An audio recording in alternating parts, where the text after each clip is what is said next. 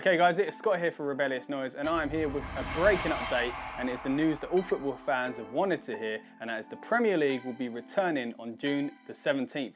That's right, just 3 weeks away from today. Make of that what you will as far as the current world situation. The two matches that will be played are Sheffield United versus Aston Villa and Manchester City versus Arsenal. Those two games are obviously games in hand, games that had already been rescheduled pre-pandemic, and will now be the first games cleared up so that we can get back to sorting out this Premier League. At the moment, we do not know the details as far as where these games will be played, but we know the Premier League will be kicking off with those two games, and then a full fixture list will be played throughout June the 19th and June the 21st.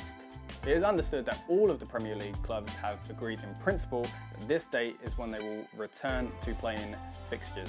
And on Thursday, there will be another meeting where they will decide for sure. But it's looking very, very likely at the moment that June 17th is the date of the return of the Premier League. There are still a total of 92 games still to play in this year's Premier League. I personally think it's a good idea that they're bringing the league back.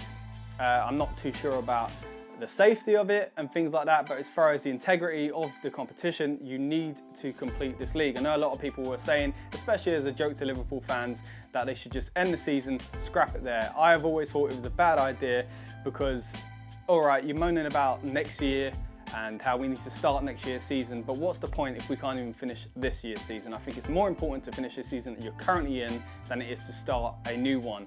We can have next year's season move along and be in a different time span or whatever it may need to be so that it can get completed. And you've got to remember, the World Cup in Qatar is different. It's not going to be in the summer months like it usually is, and that in itself is going to be quite strange. So football was due a little bit of a rejig in order to work around the World Cup. So this might actually help it. But all in all, I think the Premier League needed to come back, and we will see what this means, because now you're going to get teams getting promoted from the Championship, you're going to get the teams relegated down from the Premier League like we're all supposed to, and obviously we'll be crowning a champion and then European spots as well.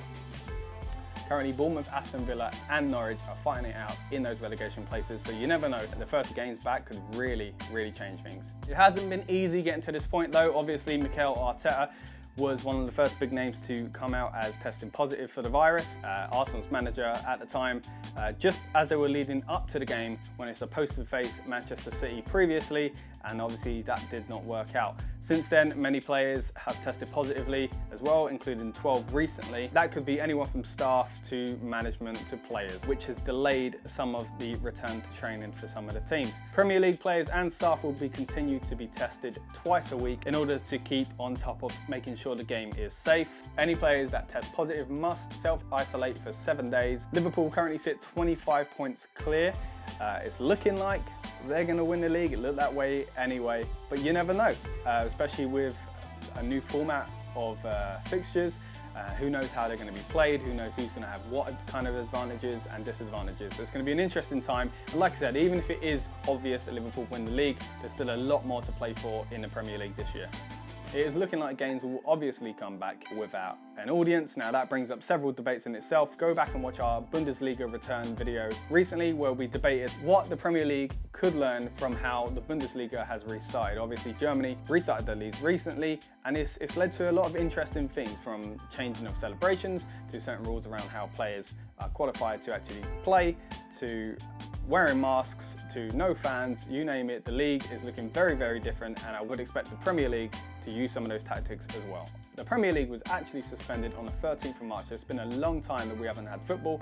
Like I said, it's going to bring up a lot of debates, like a lot of things are at the moment, but all I know is that football is coming back in the shape of the Premier League, which is something that fans have wanted for a long time. That is it for now. Please subscribe to Rebellious Noise and check out our other football content. We'll keep you up to date on the return of the Premier League. And like I said, check out our Bundesliga video and check out more of our football content and the rest of it on Rebellious Noise. We cover a wide range of sports, music, pop culture, film and TV, and news about those subjects in general. So check us out at rebnoise.com and subscribe